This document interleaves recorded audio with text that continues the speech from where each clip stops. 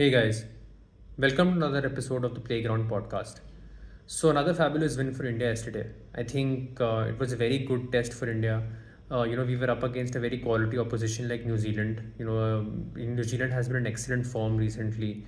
I think they won the Tri Series in Pakistan and they won both their opening games in the Champions Trophy. So, I think it was a very good test for India. Haven't played too much of ODI cricket since the 2023 World Cup. Recently also we played the home series against England, then we played our opening games against Pakistan and Bangladesh.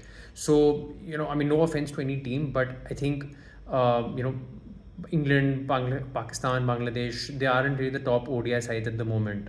And, to come up against New Zealand, I think it showed that yes, there are some areas that India will have to work upon, but, and I'll touch upon those later. But I think overall, if you say, I think we still had a very good quality game. We were able to test out a few players. I think like the opportunity to Varun Chakravarthy. What a fabulous match for him, right? And I'm really happy for him, right? I mean, I think I keep reading this in the new, at times, on the internet, that people keep saying that there's this KKR quota. Gambhir is preferring players from KKR, but I mean, we've seen this in the past as well, right? I mean, when MS Dhoni was the captain, वो CSK के players को खिलाते थे, and it all depends that a lot of coaches and captains, they have beliefs in certain players, right? When you worked with a certain player, you kind of have a belief in them and their abilities. So I'm actually glad and I'm really happy for Varun Chakravarthy that he's gotten this chance again, because I mean, the way he came into the 2021 T20 World Cup, he had a horrible World Cup, right? And then he was quite trolled for it. Obviously dropped from the team after that. So I think for any player, that's like a confidence shattering kind of an experience, right? For a player to be able to come back from that, work on your game, then come back and then give these kind of performances, that's truly heartening, right? I mean, I think I remember reading an interview of Varun Chakravarthy, a few some time ago, wherein he said that he's working upon his speeds and his lengths. He said that I want to bowl at certain speeds wherein I'm not giving time to the batsman to actually adjust to my variations. So, I mean, that just game awareness, like he's gone back, he's worked upon his game, maybe working with Sunil Narayan in KKR. I think that has tremendously helped his game. And I'm actually glad that India, whether it was through Gautam Gambhir or, the backing of even of Rohit Sharma, right? They've given him that opportunity. He's been a decently consistent performer, for KKR in the IPL. So for him to get that opportunity, first in the T20 team, wherein we've seen that he's become like the number one T20 bowler at the moment. And then, we saw that only England against भी एक match खेला था. Then he's come up again, in the Champions Trophy, comes up against a quality side like New Zealand, right? And then gives this kind of performance. I think I'm really happy for him. The coach has backed him, the captain has backed him, and he's rewarding us with these performances. And I think, given like how we're seeing the pitches in Dubai right now, they're very dry pitches and the ball is turning. So I think Varun Chakravarthy can be like a trump card for India, in the coming matches. And we're up against Australia next, right? I mean, I personally feel that had we been able to avoid Australia completely, it would have been great. या फिर final में मिलते तो better होता. But ठीक है, it's fine, because Australia is a team you would never want to face in any knockout event in an ICC tournament, right? But we're going into this game with a lot of confidence, and Australia didn't really perform very well against the spinners in Sri Lanka. So I think that is one positive for India to take from here, because our spinners are performing really well. We might just be playing four spinners again tomorrow. So I think there's a lot of confidence for India to take from this performance yesterday, and I think Varun Chakravarthy will be India's trump card yet again against the Australian batters who are susceptible to spin, as we've seen recently. I think, other than that, I think Shreyas Iyer had a tremendous match. I think honestly, I'm super impressed with Shreyas Iyer and his attitude, right? I mean, you look at that player, what he's been through in the past year or so, right? He got dropped from the central contract list. There were talks that he's not serious. He faked an injury. Then obviously he led KKR to that IPL title as well, not getting retained by KKR. We don't know what the discussions happening in the background there, but I think a lot of these things can shatter a player's confidence. He's not part of the T20 team. He's not part of the Test team. He wasn't even going to play the ODI. The first ODI against England, right? We were reading in the news that he wasn't even a short starter there, right? But look how he's grabbed the opportunity. 450 plus scores in his last six ODI innings. That's incredible, and he is in top form. And I'm really impressed with his attitude, right? Because he's come back, he's putting a price on his wicket, he's really showing that yes, I'm here, I want to cement my spot. He had an amazing 2023 World Cup, right? He was really really good at the number 4 level, at the number 4 spot. But even then ऐसा लग नहीं रहा था कि Shreyas Iyer, they were always spots at whom will we play at number 4? Will it be KL Rahul या ऋषभ पंत खेलेंगे, कौन खेलेगा at the number 4 spot? They were talking Axar Patel khelenge, but I think the way Shreyas Iyer has just come in and performed in these few matches, he has simply cemented his spot. And I think right now, along with Shubman Gill, Iyer is like the top batter for India in these in the ODI format. Of course, Virat Kohli got 100 against Pakistan, but I think Iyer and Gill at the moment are the top two batters for India. And if India is to go ahead and win the Champions Trophy, I think a lot will depend upon Iyer and Gill. So I think like really credit to Shreyas Iyer the way he's playing at the moment. Although I still feel that yesterday he could have, when he knew that New Zealand was kind of targeting him with those short balls, maybe he could have just kind of avoided playing a few shots there, and maybe like thought that I want to bat through and get a big 100 here. That's just one area maybe that I felt, but again, that's fine. Overall I think he played a fabulous knock. I think the other player who played a fabulous knock was Axar Patel.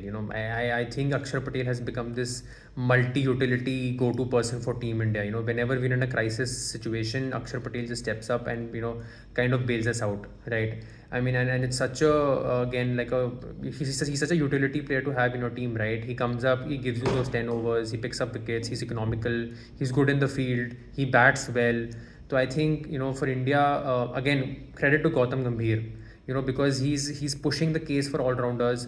I know Akshar Patel pehle se khel rahe the, he was in the scheme of things, but this thing about Gambhir that he wants to play 6 players, 6 batters, and then have at least 5 or 6 bowling options, right? He wants to play a combination of all-rounders in the 11. So it would not have been possible. Maybe we wouldn't have been playing Ravindra Jadeja and Akshar Patel in the same 11, right? But this new thing that Gambhir wants, wherein he wants more options in the 11, I think is working pretty well for India. And I think Akshar Patel just showed that why he's such an important player, for India at the moment with his knock yesterday. Again, like and I would just expect, from him now to, because like he is a proper batter, the way he's showing me, maybe he should go ahead and now play these big knocks, maybe get 100. It's not just about getting the 30-40. I think now he should have that confidence in him कि no, I can go ahead and make badi 100 बना सकता हूँ, I can get a big score for India. He's batting at the number 5 spot. So I think उनका mindset अब ऐसा होना चाहिए that I can go ahead and make that big 100 for India. And but otherwise, again, like a top performer. The other top performer that I'm really really impressed with is Hardik Pandya. I think lower down we are actually facing a problem, and I'll touch upon that later, that we're not really getting enough runs from KL Rahul or Ravindra Jadeja. So काफी बार what we're seeing is that the impetus for getting those runs is falling on Hardik Pandya, and he's doing it very well. Yesterday also we saw the kind of innings that he played at, the strike rate that he played at. He really got us those valuable runs towards the end, and he's doing it with aplomb. I think he's playing that role really really well. Also, given that there's an additional added responsibility of bowling for him, we don't know whether Harshit Rana plays tomorrow or not, or whether India plays with 3 seamers. If India doesn't go ahead with 3 seamers, then Hardik Pandya has that responsibility of even opening the bowling. So उसके साथ साथ he's really putting in the run. He's getting the runs for India. So I think another like a top performer, and another important player for India in the ODI setup is Hardik Pandya. So I think a lot of positives for India. I think these were like some really really positives, because if I talk about the negatives yesterday, I mean, we again saw that our top order is very crucial. I think the trio of Shubman Gill, Rohit Sharma and Virat Kohli, if India has to get a big score, one of these three has to get maybe like 100 or get a big total.